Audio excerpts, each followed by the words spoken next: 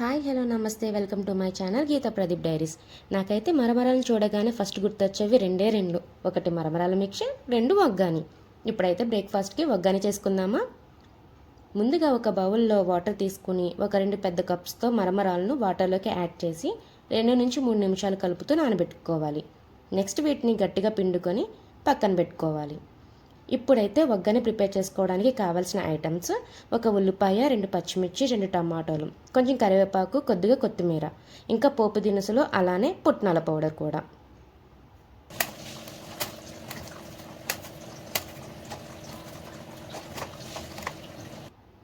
ఇప్పుడు మీరు చూస్తున్న విధంగా ఉల్లిపాయ, పచ్చిమిర్చి, టమాటాలను సన్నగా తరిగి పక్కన పెట్టుకోవాలి. ఇవన్నీ పక్కన పెట్టుకున్నాక మనమైతే ప్రాసెస్ని స్టార్ట్ చేసేద్దాం. స్టవ్ ఆన్ చేసుకుని కడాయి పెట్టుకుని 2 నుంచి 3 టేబుల్ స్పూన్ ఆయిల్ యాడ్ చేసుకోవాలి. నూనె వేడెక్కాక 2 టేబుల్ స్పూన్ వేరుశనగ గుళ్ళు, 1 టేబుల్ స్పూన్ పచ్చిశనగపప్పు, 1/2 స్పూన్ ఆవాలు, 1/2 స్పూన్ జీలకర్ర యాడ్ చేసి వేయించుకోవాలి. నెక్స్ట్ ఇందులోకి తరిగిన పచ్చిమిర్చి ముక్కలు, కొద్దిగా కరివేపాకు యాడ్ చేసుకుని వేయించుకోవాలి.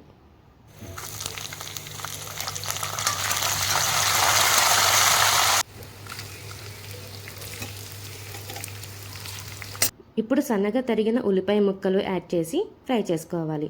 ఉల్లిపాయ ముక్కల్ని బాగా మగ్గిన తర్వాత ముందుగా తరిగి పక్కన పెట్టుకున్న టమాటో ముక్కల్ని కూడా యాడ్ చేసుకోవాలి.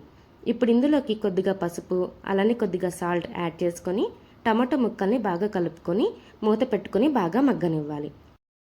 ఈలోపు మనం పుట్నాల పౌడర్ని ప్రిపేర్ చేసుకుందాం. దీన్ని గులశనగపప్పు అని కూడా అంటారు. ఈ పుట్నాల పప్పు 1/2 కప్ తీసుకుని అందులోకి 2 ఎండుమిర్చి, 2 వెల్లుల్లి రెబ్బలు వేసుకుని ఫైన్ పౌడర్ చేసుకోవాలి.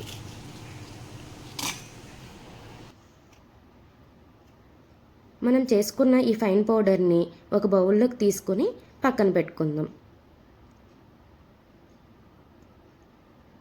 టమాటోస్ చూడండి బాగా మగ్గిపోయాయి కదా. ఇలా మగ్గిన తర్వాత ముందుగా నానబెట్టి పక్కన పెట్టుకున్న మరమరాలను ఇందులోకి యాడ్ చేసుకోవాలి. అలానే ముందుగా గ్రైండ్ చేసి పెట్టుకున్న పుట్నాల పౌడర్ని సరిపడా యాడ్ చేసుకుని కొంచెం సాల్ట్ కూడా యాడ్ చేసుకుని బాగా కలుపుకోవాలి. ఇప్పుడు మీరు చూస్తున్న విధంగా మరమరాలను పైకి కిందకి గరిటెతో తిప్పుకుంటూ బాగా కలిసేలా కలుపుకోవాలి. మరమరాల్ని బాగా కలుపుకున్నాక ఇందులోకి ముందుగా తరిగి పెట్టుకున్న కొత్తిమీరని కూడా కొంచెం యాడ్ చేసుకొని కలుపుకొని స్టవ్ ఆఫ్ చేసుకోండి. స్టవ్ ఆఫ్ చేసుకున్నాక పులుపు నచ్చిన వాళ్ళు కొద్దిగా నిమ్మరసం యాడ్ చేసుకోవచ్చు, లేదంటే టమాటో పులుపు సరిపోతుంది అనుకున్న వాళ్ళు నిమ్మరసం అవాయిడ్ చేయొచ్చు. నేనైతే కొద్దిగా నిమ్మరసం యాడ్ చేసుకొని కలుపుకున్నాను. అంతేనండి, సింపుల్ అండ్ ఈజీ ప్రాసెస్తో రాయలసీమ స్పెషల్ అయిన వగ్గాని రెడీ అయిపోతుంది. ఈ రెసిపీ మీకు బ్రేక్ఫాస్ట్ గాను, ఈవినింగ్ స్నాక్ లాగా, అలానే డిన్నర్లో లైట్గా తీసుకోవాలి అనుకున్న వాళ్ళకు బాగా ఉపయోగపడుతుంది.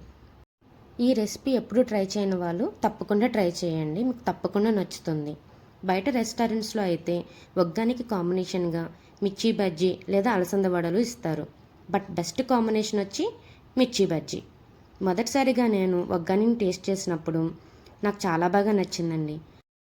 ఇక అప్పటి నుంచి ఎప్పుడు వగ్గాని తినాలనిపించినా ఇలా ఇంట్లోనే ప్రిపేర్ చేసుకోవడం స్టార్ట్ చేశాను. చాలా easy and simple ప్రాసెస్తో vaggani prepare చేసేసుకోవచ్చు. ఇలా మీరు కూడా తప్పకుండా ట్రై చేయండి. మరి ఈ రెసిపీ వీడియోస్ మీకు నచ్చినట్లయితే తప్పకుండా నా ఛానల్కి సబ్స్క్రైబ్ చేసుకోండి. అలానే లైక్ చేసి షేర్ చేయండి. Thank you so much for watching.